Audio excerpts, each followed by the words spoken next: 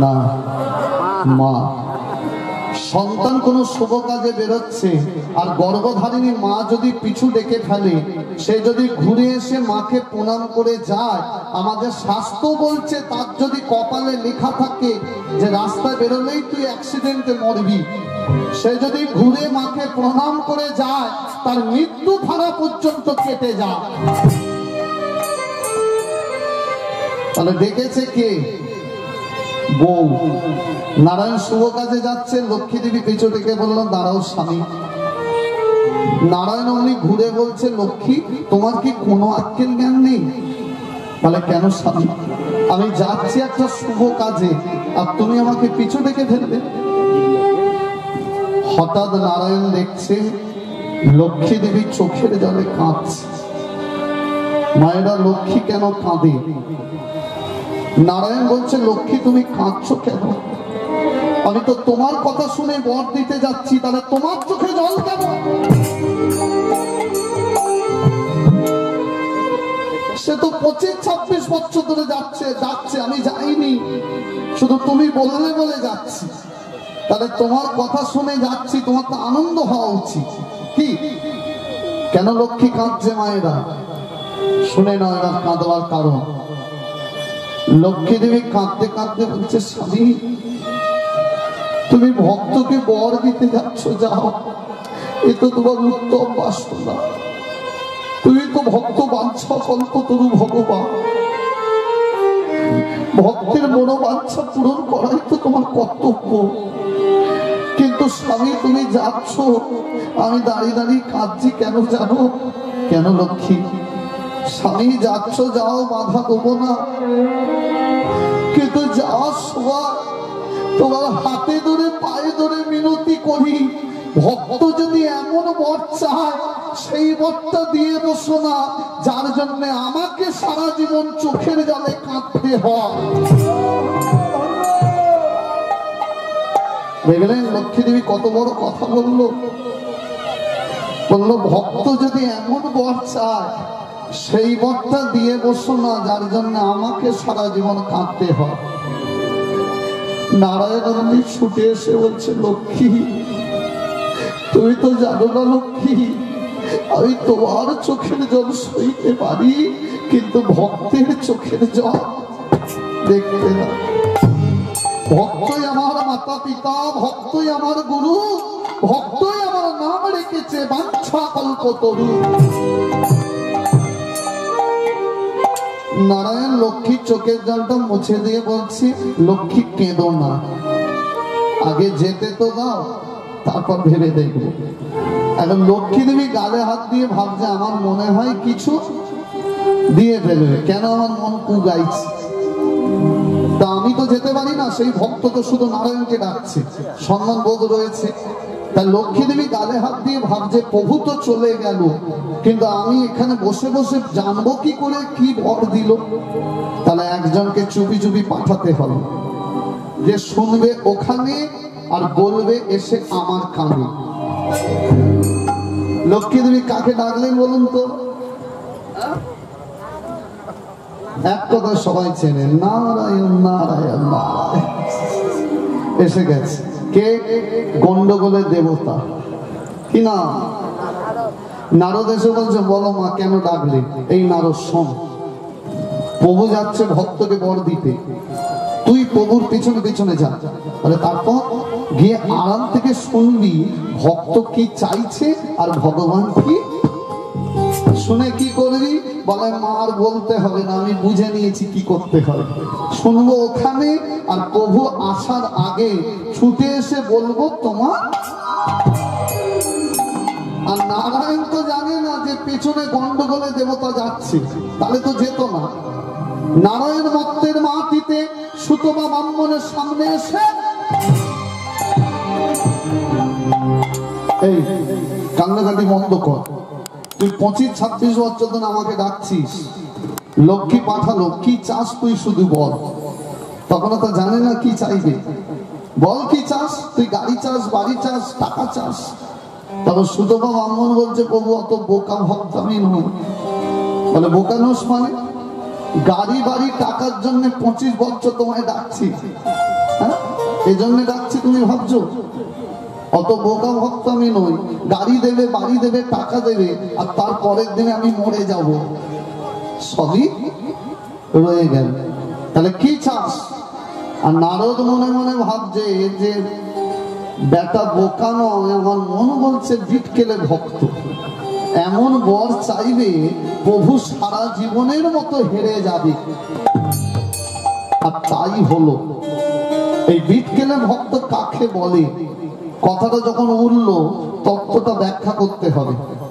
আপনাদের গ্রামে এরকম ভক্ত যদি থাকে, এর থেকে একটু দূরে থাকবেন। এ নিজে তো একদিন মরবে, আপনাকে নিয়েও মরবে। বিটকেলে ভক্ত কাকে বলে বলবো না, থাকবে দেখো, শুনলেন? তাহলে মন দিয়ে তত্ত্বটা শোনো। একটা জেলে এখন পুকুরে জাল ফেলেছে, এখন জালটা টেনে যখন তুলেছে দেখছে জালের সঙ্গে এত বড় একটা শালগ্রাম শিলা নারায়ণ উঠেছে, নারায়ণ শিলা। জেলে বাড়িতে শিলাটা নিয়ে গিয়ে তার বউকে দেখাচ্ছে, দেখো তো এটা কি। জেলের বউ দেখে বলছে তো শালগ্রাম শিলা নারায়ণ, কোথায় পেলে? বলে পুকুরে জাল ফেলেছিলাম, জালের সঙ্গে। জেলের বউ বলছে স্বামী, নারায়ণ জলের তলায় ছিল, কৃপা করে ঘরে এসেছে, আর একে বাইরে বার করবো না। বলে তাহলে একটা কাঠের সিংহাসন বানাও। কাঠের সিংহাসন বানিয়েছে, তার উপর নারায়ণকে রেখে কুল পুরোহিতকে দিয়ে পুজো করিয়েছে। এখন ভক্তের পুজো পেয়ে নারায়ণ জাগ্রত হয়েছে। জেলের কাছে সশরীরে এসে নারায়ণ বলছে, কি বর চাস? তুই যা চাইবি তোকে তাই দেবো, তুই আমাকে জল থেকে তুলে পুজো করেছিস, চারটিখানি কথা। জেলে বলছে প্রভু আমাকে বর দাও। নারায়ণ বলছে দাঁড়া, আমার একটা শর্ত আছে। কি শর্ত? তুই যেটা চাইবি তোর একটা হবে, কিন্তু প্রতিবেশীদের দুটো হবে। মানে তোর একটা হবে, ওদের ডবল হবে। জেলে বলছে প্রভু আমাকে একতলা বাড়ি দাও। নারায়ণ বলছে তথাস্তু। জেলের একতলা বাড়ি, কিন্তু ছাদে উঠে দেখছে প্রতিবেশীদের কতলা। তারা জেলের বাড়ি দেখে হাসে, তোর এক আমাদের দুই, দেখ। জেলে বলে প্রভু চাইলাম আমি, ওদের দুই আমার এক। মানে আমি তো বলেইছিলাম আমার সত্য। এবার বলছে প্রভু আমাকে বড় দাও একটা মোটর সাইকেল। নারায়ণ বলছে তথাস্তু। জেলের একটা মোটর সাইকেল, কিন্তু প্রতিবেশীদের ঘরে গিয়ে দেখছে আচ্ছা কলে বলেছে তো। জেলে বলছে প্রভু দেখুন বিটকেলে ভক্ত কাকে বলে। জেলে বলছে প্রভু বর দাও। কি বর? আমি যেটা চাইছি আমার একটা হচ্ছে, ওদের দুটো হচ্ছে, খুব আনন্দ করছে তো সব কটাকে যত্ন করবো। কি চাস? আমাকে বর দাও, আমার একটা চোখ কানা করে দাও। জেলের একটা চোখ কানা মানে সব। দেখেছেন বিটকেলে ভক্ত কাকে বলে? জেলে বলছে প্রভু আরো বর দাও। বলে আর কি চাস? বলে সব কটার বাড়ি ভাঙবো, শুধু আমারটা থাকবে। নারায়ণ বলছে তথাস্তু। কি চাস বল? বলে প্রভু আমাকে বর দাও, আমি বাড়ির ছাদে উঠে এই যে কানা চোখটা যেদিকে ধরে খুলবো সেদিকে যেন হুড়মুড় করে ধ্বংস হয়ে যায়। তার মানে কি সব বাড়িগুলো আমারটাই শুধু থাকবে। নারায়ণ বলছে তথাস্তু। যা একবার ছাদে গিয়ে, ছাদে গিয়ে প্রতিবেশীদের বাড়ির দিকে তাকিয়ে বলছে তোদের দুই আমার এক। খুব মজা করছিলিস, এবার দেখ কানা চোখটা ধরেই যাই না,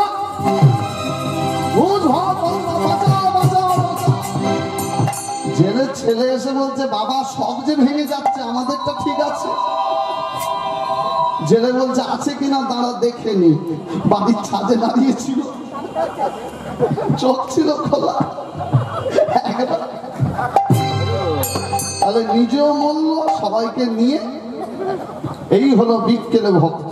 এরকম ভক্ত যদি আপনাদের গ্রামে থাকে, এদের থেকে একটু দূরে থাকবে। এবার সুতপা ব্রাহ্মণ কি বর চাইছে, নারায়ণ দেখছে, আর নারদ গাছের আড়াল থেকে শুনছে।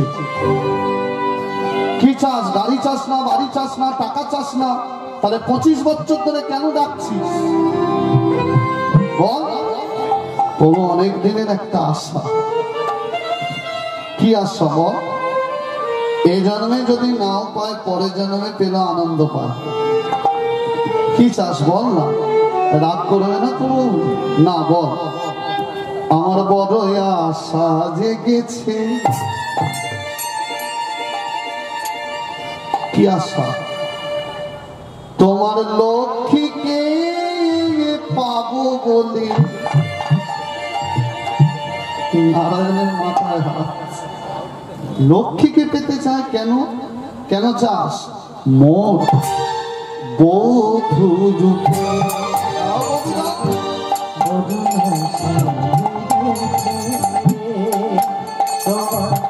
লক্ষ্মীকে পাবো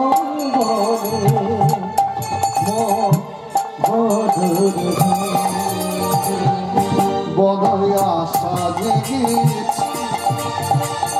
তোমার লক্ষ্মীকে পাবো বলে বধূ রূপে। দাও বধূ দাও, লোক ধরে লোক ধরে হরে হরে হরে। লক্ষ্মীকে পাবো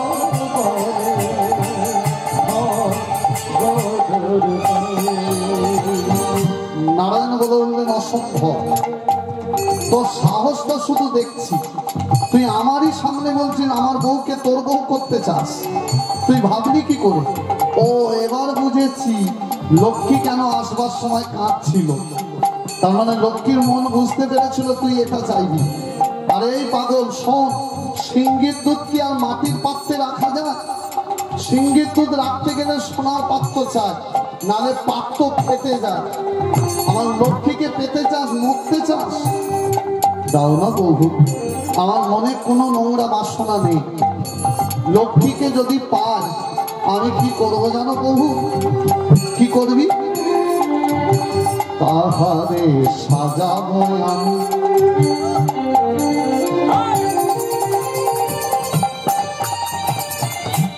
নূতন সাজে।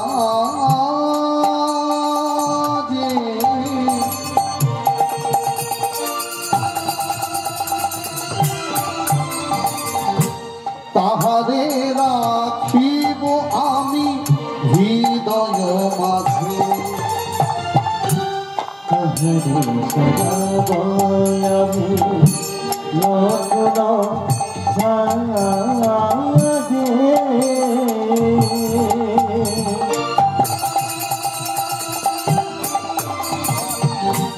তাহারে রাখিব আমি হৃদয় মাঝে।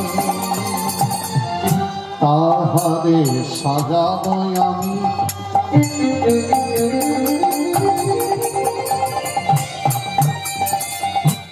নূতন সাজে।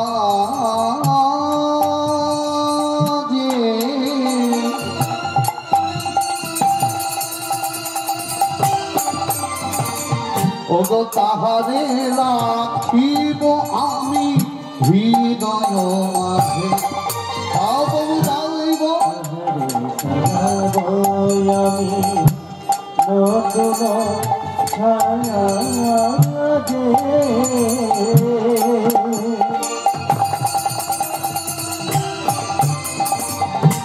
তাহারে রাখিব আমি হৃদয় মাঝে। বড় আশা জেগেছে। তোমার লক্ষ্মীকে পাবো বলে বধূ রূপে। দাও বধূ দাও এই বউ। আর অন্য বাচ্চা হে না। লক্ষ্মীকে পাবো বলে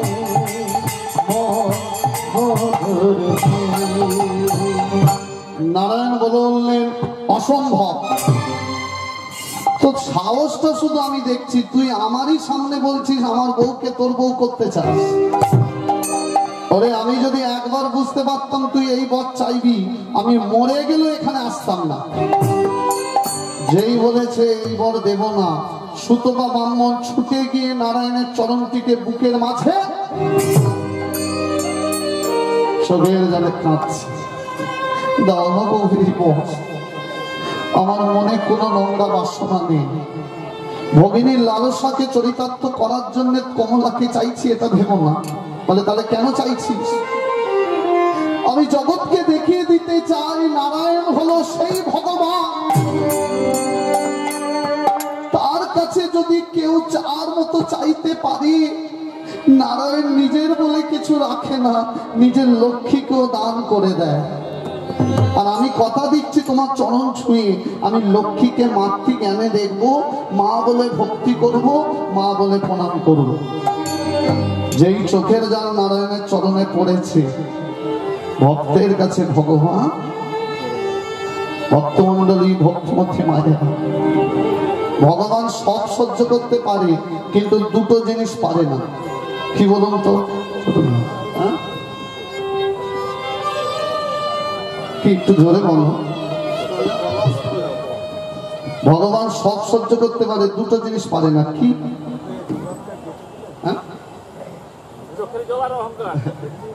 আমার কোটি কোটি টাকা, আমাকে দেখতে তো সুন্দর, আমি কিনা রাত জেগে মাটিতে বসে কীর্তন শুনতে যাব? এই যারা টাকার গরম দেখায়, যারা বলে না আমার কোটি কোটি টাকা আছে, আমি কেন হরিনাম শুনবো, আজকে রাতের বেলা একটা কথা শিখিয়ে দিয়ে যায়। যদি সারা জীবন মনে রাখতে পারেন, জীবনে কোনোদিন অহংকার ঢুকবে না। বলবো, শুনবেন? আমাকে ভুলে যান তাতে দুঃখ না, কিন্তু এই কথাটা মৃত্যুর আগে পর্যন্ত মনে রেখো, তাহলে জীবনে টাকার গরম দেখাবেন না।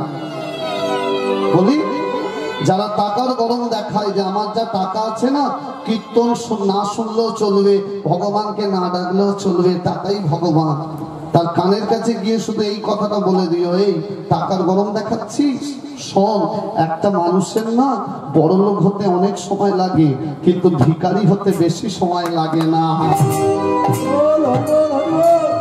ভগবান যদি মনে করে তোমাকে 1 সেকেন্ডে পথের ভিখারি বানাতে পারে,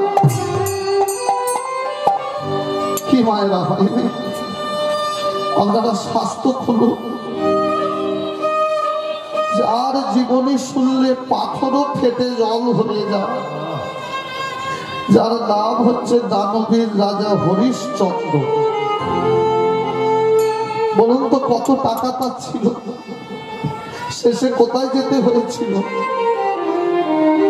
বিশ্বামিত্রগুলি যখন সব কেড়ে নিল, এক রাত্রিরে ছিল, রাজা এলো কোথায়? ভিখারি বললে বেশি হয়ে যায়, ভিখারি তবু ভিক্ষা করার বাটিটুকু থাকে, হরিশ্চন্দ্রের নিজস্ব বাটি পর্যন্ত ছিল না। যখন রাজত্ব ত্যাগ করে চলে যাচ্ছে সারা জীবনের মতো, যে নৌকায় উঠেছে না, সেই মাঝিকে দেওয়ার পায়ের কোটিটুকু তার ছিল না। মাঝির হাতে ধরে পায়ে ধরে কেঁদেছিল, হরিশ্চন্দ্র মাঝি রে,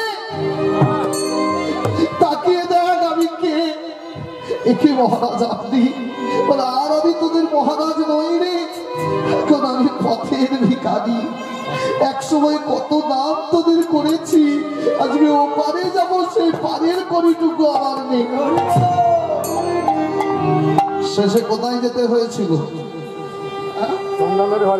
শ্মশান, মরা পোড়ানোর কাজ। কি আরো কত কষ্ট! একমাত্র ছেলেটা যখন সর্প দংশনে মরে গেল, দেখবেন শ্মশানে মৃতদেহ দাহ করতে গেলে কড়ি কিনতে হয় টাকা দিয়ে, সেই টাকা দিয়ে কড়ি কেনার টাকাটুকু তার ছিল। নিজের স্ত্রীকে অপরের হাতে দাসী করে দিয়ে কড়ি টাকা নিয়ে কড়ি কিনতে গেল। কোথায় গেল রাজপ্রাসাদ, কোথায় গেল দাস দাসী? রাজা হরিশ্চন্দ্রের তো কোনো অহংকার ছিল না, নিরহংকারী। অত বড় নিরহংকারী রাজার যদি এই দশা হয়, তাহলে তোমার আমার কি দশা হবে? তাহলে ভগবান সব সহ্য করতে পারে, অহংকার পারে না। এই টাকা পয়সার অহংকার, রূপের অহংকার। বলুন তো এই রূপ একদিন থাকবে? কি হিন্দুদের হবে ছাই আর মুসলমান ভাইদের হবে মাটি। ভগবান আর একটা জিনিস সহ্য করতে পারে না, কি? ভক্তের চোখের জল। এই যে আপনারা গণেশ পুজো করেছেন না? পুজো হয়েছে তো? পুজো বলুন তো, কি জল দিয়ে গণেশ দেবকে পুজো করতে হয়? গঙ্গা জল না, আসল জল কোনটা? প্রত্যেক ভক্তকে ভগবান দুটো করে নদী দিয়েছে, একটা হলো গঙ্গা আর একটা হলো যমুনা। কোন ভক্ত যদি ভগবানের চরণ জড়িয়ে ধরে কাঁদে, যুগে যুগে ভগবান হেরে এসেছে ভক্তের চোখের জলের কাছে। আজকে সুতমা ব্রাহ্মণ যেই চরণটা জড়িয়ে ধরে কেঁদেছে যে প্রভু বর যদি দিত, এই বর দাও, আমি যেন তোমার লক্ষ্মীকে পেতে পারি, আর অন্য কিছু চাই না। নারদ গাছের আড়াল থেকে কাঁদছে, নারদ মনে মনে ভাবছে, হাই রে, এবার যে প্রভু হেরে যাবে, ভক্তের চোখের জল পেয়ে গেলেই তো প্রভু হেরে যায়। নারায়ণ চিৎকার করে ডাক দিল, লক্ষ্মী আমি হেরে গেলাম, লক্ষ্মী আমি হেরে গেলাম। তুমি আমাকে বারবার বলেছিলে এমন বর দিও না যার জন্য তোমাকে কাঁদতে হয়। তুমি তো জানো লক্ষ্মী, আমি তোমার চোখের জল সইতে পারি, কিন্তু ভক্তের চোখের জল হেরে গেল নারায়ণ। সুতমা ব্রাহ্মণের মাথায় হাত দিয়ে আশীর্বাদ করছে, শোন ব্রাহ্মণ, তুই চোখের যেন আমাকে কিনে নিলি, তুই যখন আমার লক্ষ্মীকে পেতে চাস, তোর মাথায় হাত দিয়ে আমি আশীর্বাদ করছি, তুই আমার লক্ষ্মীকে তোর বধূ রূপে পাবি। কবে পাবো বহু? এই দেহে নয়। তাহলে লক্ষ্মী হলো চঞ্চল, তাকে ধরে রাখার ক্ষমতা তোর এই দেহে নেই।